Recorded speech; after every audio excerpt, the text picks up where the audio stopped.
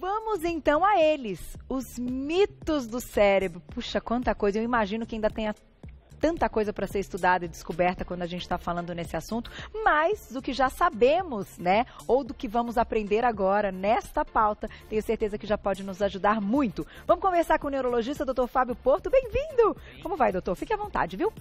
Prazer tê-lo aqui novamente. Obrigada por trazer aí seus, enfim, aqueles brinquedos que eu sei que para os médicos ali, né, são grandes joias, né, porque são materiais de trabalho muito bem feitos e aqui no vídeo a gente adora quando a gente pode tê-los para ilustrar com o público. Vou só fazer Você quer trazer, Trocinho, o microfone para ele? O doutor vai só trocar o microfone enquanto eu vou introduzir o assunto. Bom, minhas meninas fizeram uma pesquisa e nós chegamos à conclusão que, não só falando de mitos e verdades, mas existem algumas curiosidades que envolvem esta questão do cérebro. E aí a gente colocou algumas questões para o doutor, que ele vai falar ao vivo para vocês agora, para a gente explicar, por exemplo, a questão da memória, a questão da alimentação, a questão de ativar o cérebro através do, assim, por exemplo, medicamento, ginkgo biloba, sabe essas coisas que falam aí, que são ervas naturais e tudo, e que isso pode trazer uma vida longa ou prolongar o uso do seu cérebro. Certo? A gente vai começar, então, numa crescente desses mitos, doutor.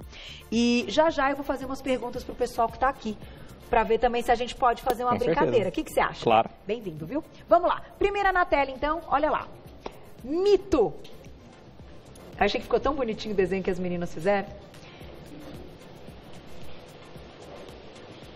Vamos a ele.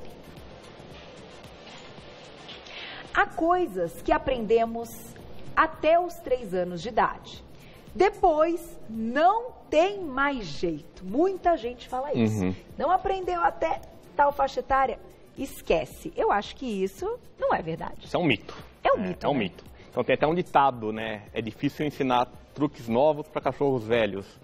Não é? É verdade. Mas a verdade é que a gente está sempre aprendendo. Quer dizer, a capacidade de aprender, de criar novas memórias, ela é quase que infinita. Você consegue estar sempre aprendendo coisas novas. Sério? Sério.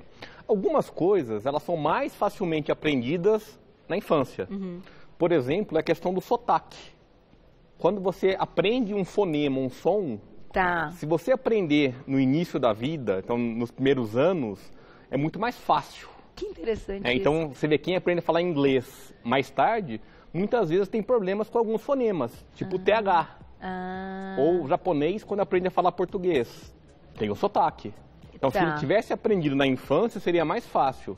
Assim como os sotaques naturais das diferentes regiões do Brasil. Isso, é difícil perder o sotaque, né? Você vê eu falando, É sabe difícil que eu sou do mesmo, interior, o meu né? também é todo misturado, porque eu já morei em vários lugares quando criança, Mas... e aí também não falo aí no puxadinho do paulista, né? Eu tenho um R de carioca, mistura só porque eu já morei em Minas também, tem um fundinho mineiro. Que legal isso, doutor. Então é mais fácil aprender algumas coisas na infância, mas sempre é possível aprender coisas novas. Daqui a pouco você conta algumas dicas de como aprender, certo? Como ativar esse cérebro. Próximo mito, olha lá, mitos do cérebro. Os lados direito e esquerdo do cérebro têm poderes distintos. Isso é verdade. É verdade. Então, o cérebro, ele é especializado para algumas maquete? funções. Qual lado? Por exemplo, então aqui a gente tem o cérebro, lado direito, lado esquerdo. Tá. O lado esquerdo é especializado para linguagem, por exemplo. Para a gente falar, entender, ler. O lado esquerdo ativa muito mais do que o lado direito. O lado direito, por exemplo, ele é especializado por processamento espacial, para você se localizar, para você saber onde você está no espaço. É o lado mais emocional. Tá. É mais esquerdo. O direito é mais emocional, é mais artístico, enquanto que o esquerdo é mais objetivo, mais racional. Que coisa. Então, existe uma certa especialização entre os lados do cérebro. E isso a gente pode dizer, então, que muitas vezes vai definir o perfil de uma pessoa, até na parte profissional dela? Então, eu acho que normalmente a gente tem algumas habilidades e algumas deficiências. Existem pessoas que são muito hábeis com música, são ótimos artistas. Então, existem pessoas mais matemáticas, né? Então, existem pessoas com a memória visual, lado direito, com a memória de linguagem, lado esquerdo. Então isso é individual, é de cada um. E dá para ver em algum exame, alguma imagem, o que está ativado no cérebro de cada um? Então existe um exame chamado ressonância magnética funcional, que ativa quando a pessoa está fazendo uma função. Então a gente prova que o lado esquerdo da linguagem, por lesões do lado esquerdo, mas também nesses exames. Tá. Quando as pessoas leem, ativa muito mais o lado esquerdo. Então as áreas de linguagem estão classicamente do lado esquerdo do cérebro. E aí é possível ver até questões de problemas mesmo. Isso. Dos dois lados. Por exemplo, quando a pessoa tem uma lesão cerebral, tipo um AVC, do lado esquerdo e fica sem falar.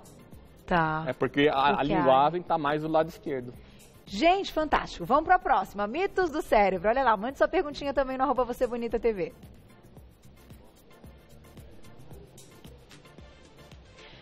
Todo esquecimento já é sinal de demência.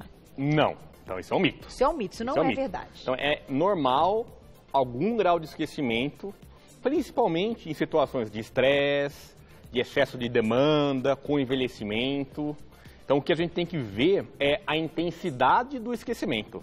Tá. Esquecimentos muito intensos, para fatos recentes, em que a pessoa não lembra o que aconteceu ontem, está muito repetitiva, não sabe o dia, não sabe a data, opa, isso é um sinal de alarme, de alerta. Tá, Mas não é porque eu esqueci o nome de um artista. Olha, está na ponta da língua uma palavra. Eu fui na cozinha, abri a geladeira, o que eu vim pegar? Isso não é sinal de demência, isso acontece.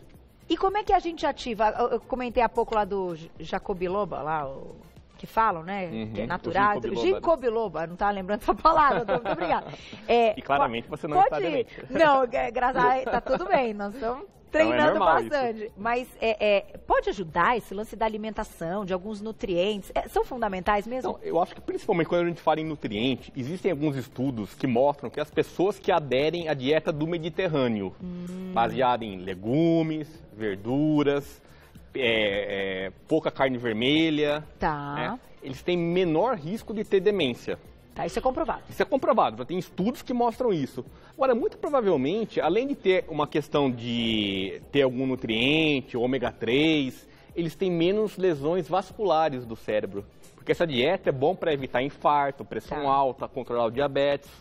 Então eu diria que não existe uma dieta que ela é perfeita, né? Você tem que levar uma vida saudável e a dieta é uma parte disso. E o cérebro, ele vai ao encontro do que também faz bem ao corpo. Isso. Do corpo todo. Então a prática de atividade física também pode ser uma boa. Eu acho que esse foi até a tese do meu doutorado, né?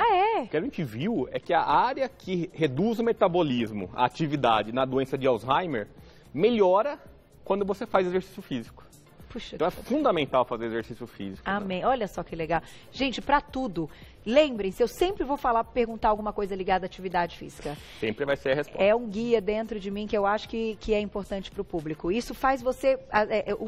eu acho que o lance da primeira parte da atividade física, muitas vezes, é a estética que você está buscando. Né? Quando você quer uma perda de peso, a questão estética. Quando você descobre tudo isso ligado à saúde, você fala, meu Deus, comecei tarde, podia ter começado antes. Isso. Então nunca é tarde. Começa hoje. Próximo, mitos do cérebro.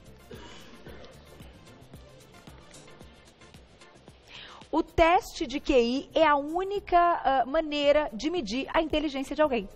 Isso é um mito. É um mito, né? Isso é um mito, né? O QI é um dos testes, uma bateria de testes que servem para medir o coeficiente de inteligência. Mas a gente tem vários testes e tem inteligência verbal e não verbal e emocional. Quer dizer, se o QI definisse a inteligência, quer dizer, isso é uma simplificação.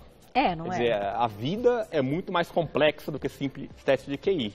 Então, várias pessoas que têm o QI um pouco abaixo, né, eles têm algumas deficiências no teste, mas pode ir muito bem na questão emocional, outras habilidades. Tá. Porque eu sou péssima em física, química, não é uma loucura. Sofri a minha vida inteira estudando esses negócios. Mas, por exemplo, você é muito bem em português.